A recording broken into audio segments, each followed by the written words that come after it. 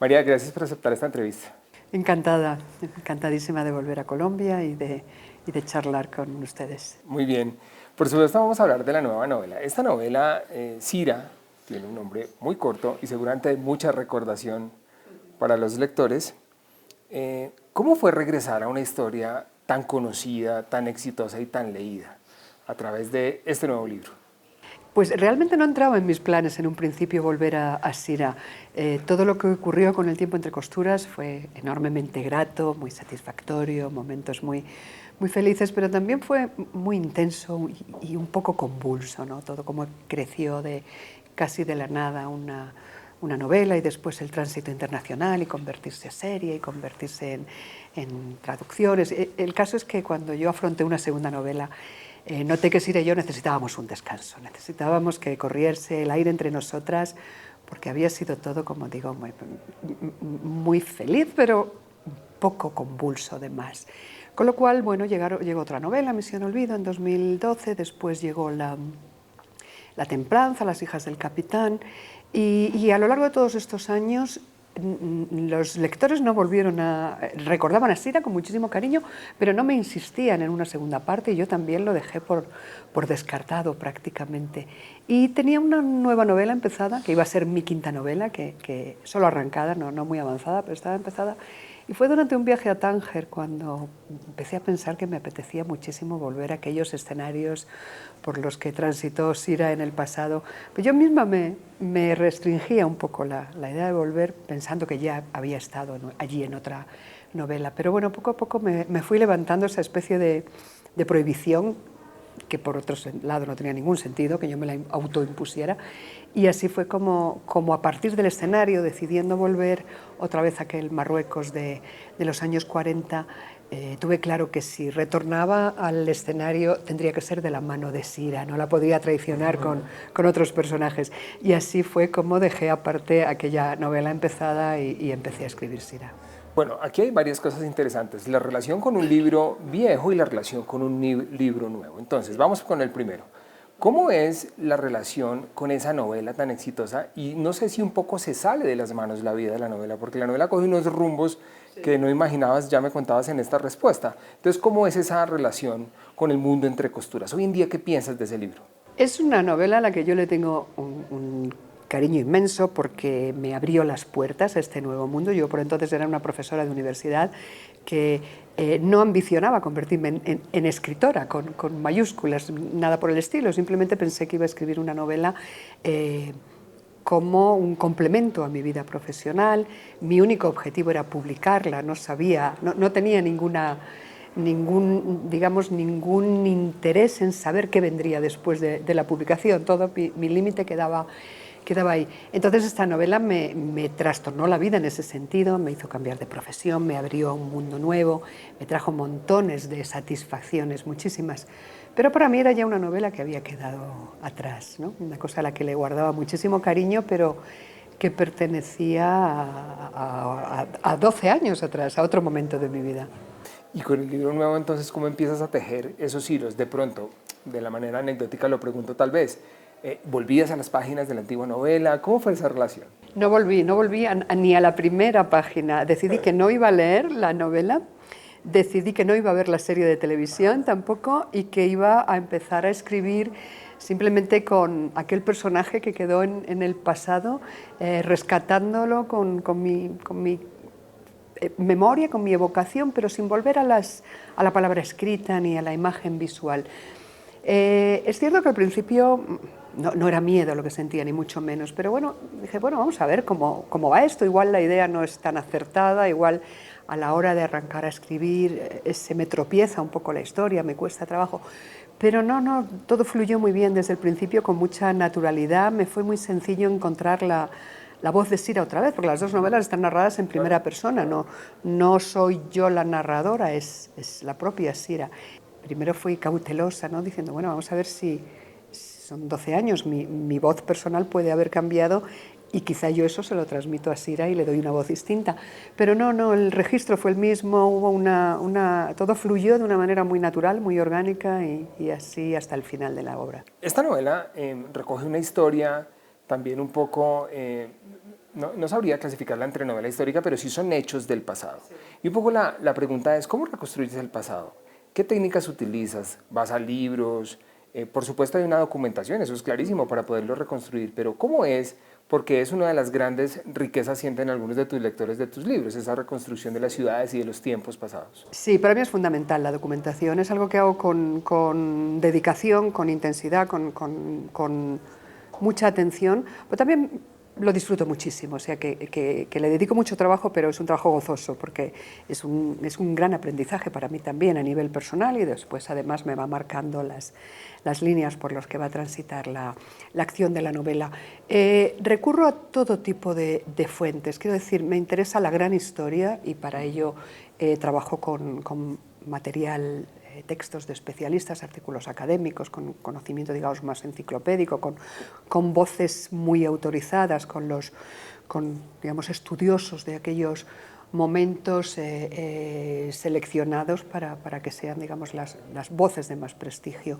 Pero a la vez también hago una investigación que va en descenso hacia cosas más triviales, digamos, pero que también me ayudan a crear atmósferas, a crear contexto en el momento que yo voy a escribir. Entonces, tan importante para mí es, bueno, no sé si no lo voy a equiparar, pero igualmente importante es tener claras las coordenadas geopolíticas, históricas del momento, que después documentarme sobre cómo vivía esa gente también en la dimensión más cercana, ¿no?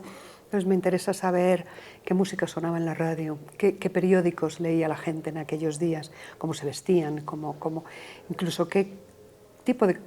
qué comían, porque nos dice también cómo era la sociedad, ¿no? No es lo mismo años de posguerra que la actualidad, donde, no sé, estamos rodeados de franquicias globales, ¿no?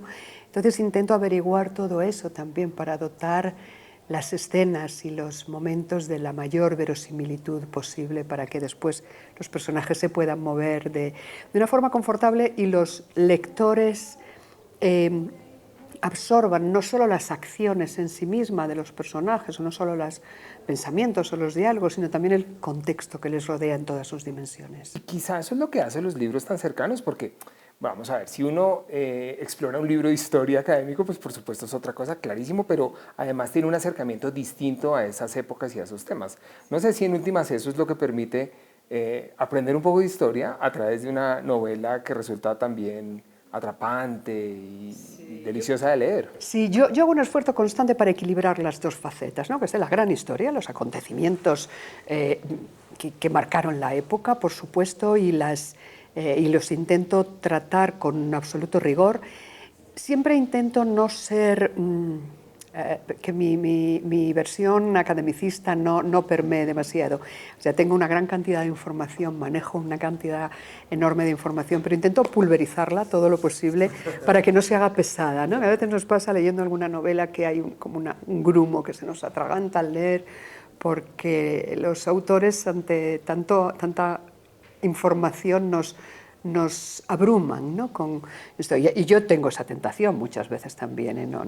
Yo me siento también culpable de lo mismo, pero en revisiones constantes, digamos que voy limando todo eso para que al final todo fluya de una manera muy natural y que el conocimiento de datos, de piezas informativas no entorpezca la lectura.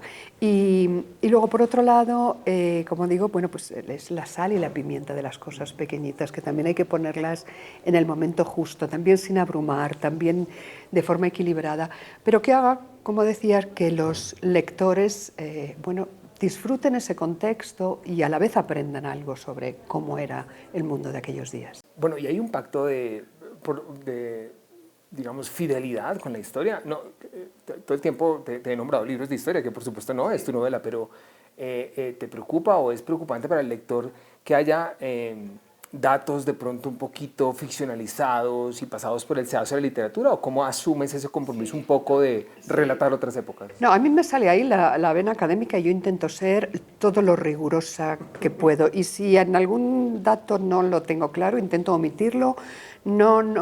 No falseo para nada la realidad para acomodarla a mis intereses. Lo único que hago es, sobre esa realidad rigurosa, después yo planto una ficción y la muevo. Y lo más que me concedo digamos, de libertad es de vez en cuando hacer que mis personajes, Sira en este caso, entre en contacto levemente, qué sé yo, con Eva Perón, por ejemplo, que es algo que por supuesto nunca pudo ser, pero simplemente, pero volviendo a, que supongo que hablaremos ahora más adelante, pero por ejemplo algo como la visita de Evita, por ejemplo, ¿no? Pues todo lo que yo cuento es 100% basado en evidencias de la época. Si Evita no fue, qué sé yo, a Lisboa, pues no digo que fue a Lisboa, digo que fue a los sitios en los que estuvo y que se comportó de la manera que lo hizo, quién la acogió, quién la recibió, qué ropa llevaba puesta. Todo eso tiene que ver con documentación fidedigna y que yo trato con todo el respeto posible. Bueno, me fui a unos terrenos aprovechando a la profesora supremamente acartonados y técnicos y demás, pero en últimas estos libros tuyos son del amor, de la mujer, de la historia. ¿Qué sientes que son y le puedes contar a los lectores?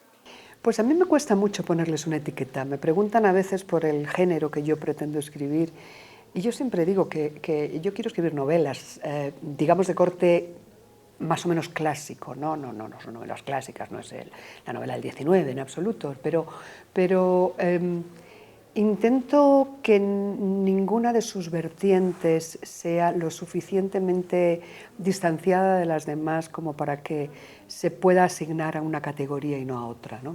Hay, como hemos dicho, hay historia detrás, pero no son novelas históricas. Yo no creo que sea escritora de novela histórica.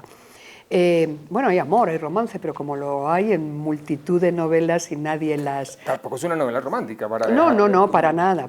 Hay multitud de novelas en las que el amor está presente y el amor, el desamor en distintas vertientes y no son catalogadas como novela romántica en absoluto, ¿no?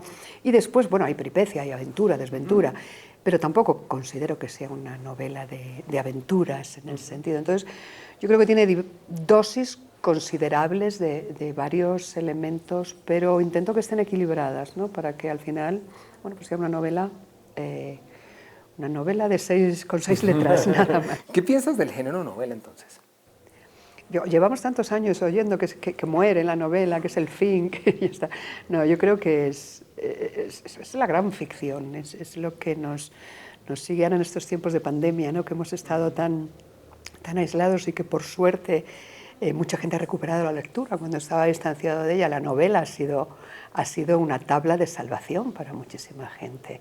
La novela te produce evasión, compañía, distracción, aprendizaje. Hay tantas cosas dentro de una novela tan útiles en el sentido de que aportan algo para los lectores que yo creo que es un género que va a pervivir siempre. ¿Qué pasa en la vida y la historia de un escritor cuando tiene un libro como Un tiempo entre costuras, con un éxito tan rotundo y tan grande? ¿Cómo lo cambia? ¿Cómo lo perjudica tal vez? Porque ya sabemos cómo lo favorece. Sí. Bueno, yo creo que en mi caso hubo una cosa que jugó muchísimo a mi favor, que era la edad. Yo soy una escritora tardía, yo publiqué El tiempo entre costuras con más de 40 años cumplidos, y yo creo que eso, el tener ya cierta madurez y una mirada hacia el mundo, digamos ya con la lucidez que dan los años, yo creo que me hizo no perder la cabeza en ningún momento. Yo lo acepté, todo lo que vino con una enorme gratitud, lo disfruté muchísimo también, pero en todo momento mantuve la cabeza fría y la distancia como para no dejarme avasallar por todo aquello, ¿no? Entonces, recuerdo que mi padre, que era muy lúcido también, y un hombre estupendo que ya nos dejó, me daba un consejo que realmente no necesitaba oírlo porque yo más o menos estaba ahí, pero lo recuerdo siempre, lo mantuve siempre, que era la cabeza fría y los pies en el suelo, ¿no? Como distánciate de los cantos de sirena o de las 1000 cosas que te pueden decir, porque de pronto suena mucho ruido alrededor, ¿no? Y bueno, y más o menos yo tengo, digamos, esa cabeza relativamente fría o lo suficientemente fría como para no dejar que me trastorne la vida, no dejar que ponga mi vida patas arriba. Y bueno, y ahí vamos conviviendo bien. Los profesores de literatura a veces tienen unas ideas un poquito fuertes de los libros bestsellers, de los libros supervendidos. ¿Qué piensa la experta en filología de la superventas escritora? Es cierto que desde posiciones, digamos, muy académicas o incluso desde la crítica literaria, desde cierto periodismo cultural, También la etiqueta bestseller es una palabra con distintos flancos, ¿no? Y no siempre es tratada con el mismo sentido y puede volverse una palabra con connotaciones altamente negativas, según de quién provenga. Vaya por delante que cada cual puede tener el criterio que quiera y todos son muy respetuosos, pero a mí lo que me gustaría es que se utilizara el término con rigor léxico y no pasar una cosa por otra. Bestseller es que se venda mucho, que tenga muchos lectores, pero no necesariamente es un género en sí mismo y no necesariamente tiene por qué ir unido, como se hace muy a menudo, la falta de calidad literaria con grandes ventas y lo contrario, ventas minoritarias con altísima calidad literaria. Hay mil cruces en medio y hay libros que venden muchos y que igual no tienen gran calidad y lo contrario y le podemos dar tantas vueltas como queramos, pero me parece que es muy reduccionista y muy facilón el atacar un libro simplemente porque tenga muchos, o atacar un libro o desconsiderar un libro, que es lo que pasa muchas veces. En mi caso pasa más que atacar, es desconsiderar un libro porque tenga muchos lectores. Además me parece incluso insultante hacia los lectores, ¿no? Parece que es muy, muy desconsiderado. Pero bueno, dicho lo cual, cada uno sabrá lo que hace con el manejo de los términos. Bueno, y en últimas, el objetivo, cada vez que alguien se sienta a escribir algo, es tener lectores, ¿no? Tienes esa bendición de tener muchísimos lectores. Claro, es lo que queremos todos, ¿no? Yo creo que en el fondo cualquier escritor quiere que su voz se oiga y eso se traduce en ventas normalmente. De acuerdo. Y la pregunta un poco iba a... ¿Qué es lo más asombroso que recuerdas por tener libros tan acogidos y tan conocidos? ¿Qué es lo más inesperado y asombroso que te pasó? Pues hay una cosa que siempre me hace mucha gracia. Ahora vengo de la Feria del Libro de Madrid hace la semana pasada y siempre me encuentro en cada sesión de firmas, que puede durar un par de horas, y me pasa siempre, igual en esas 2 horas hay 2 o 3 casos de siras que aparecen en mi vida, de lectoras que han tenido una hija y le han puesto Sira de nombre, de niñas siras que nacieron, que vienen ahora igual con 8 o 10 años a decirme que les pusieron Sira porque sus padres o su madre o sus padres estaban leyendo el libro durante su embarazo. Gente que me viene con una perrita en brazos que me dicen que se llama Sira. Me hace mucha gracia y pasa insistentemente, recurrentemente, año tras año. Gente que leyó el libro, quedó seducida por el personaje y decidieron hacerlo pervivir en algo muy cercano a ellos, un bebé, ya te digo, hasta un animalito. Claro. Ya hablabas de la serie en una respuesta anterior y eso es otra pregunta obligada contigo. ¿Qué piensas un poco de ese futuro que tienen los libros ahora? ¿Es un futuro obligado? ¿Es necesario que los libros tan acogidos, muy exitosos y muy bien hechos por eso mismo, terminen en series? ¿O cómo ves ese destino? Pues yo creo que estamos viviendo un momento excelente para los escritores, para los novelistas y para las producciones audiovisuales por este trasvase. Yo recuerdo cuando yo empezaba, la sensación era... cuando hicimos El tiempo entre costuras, yo tuve una relación muy cordial con los productores, con los guionistas, pero en cierta forma a veces yo era consciente de que ellos preferirían que yo desapareciese, ¿no? que les dejase trabajar a su gusto. Bueno, yo supervisaba los guiones, me hacían caso, me escuchaban, pero ellos estarían sin duda más cómodos si yo estuviese fuera, y así era siempre, ¿eh? Y recuerdo compañeros de oficio, amigos, escritores muy reconocidos también que me decían: no te metas en nada, porque lo único que vas a hacer es sufrir, deja que hagan su trabajo. Entonces no ha pasado tanto, estamos hablando de hace una década. Eran 2 mundos muy distintos que confluían en poco. Ahora ha cambiado totalmente por las plataformas, por el modo que ha evolucionado la ficción audiovisual, y ahora se nos quiere más a los escritores, a los novelistas, se nos considera más en las adaptaciones para nuestras obras. Y no solo, incluso ya empezamos, yo estoy ahora en colaboraciones de este tipo, nos llaman y nos invitan a sumar nuestra creatividad a proyectos que a veces están incluso desvinculados de los libros, a proyectos originales que van de de nuestra cabeza a los guiones directamente, sin pasar por el formato libro. Porque empiezan a ser conscientes de que, bueno, que nuestra creatividad también tiene un valor como potencial material trasladable al medio audiovisual. Entonces estamos en una época como de luna de miel estupenda, que vamos a ver si sigue. Y sí, yo de momento estoy colaborando con plataformas y estamos también haciendo... Sira vendrá más adelante, de momento estamos con Las hijas del capitán. Claro. Y es bueno para todos, yo creo que todos ganamos. Los libros ganan nuevos lectores. Y no, después... eso voy a preguntar, ¿y no se anulan unos con otros? No, yo creo que en absoluto. En mi caso, desde luego, no, al revés.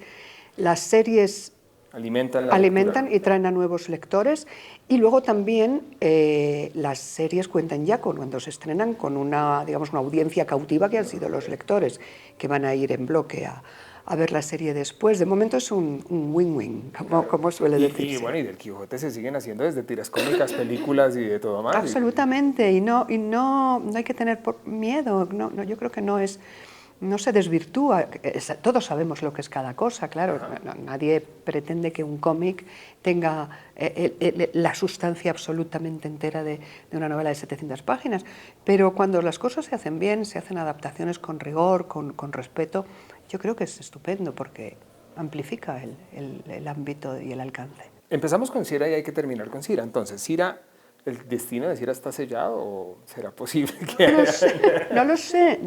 Con la mano en el corazón, no quiero tocar el micrófono. No lo sé.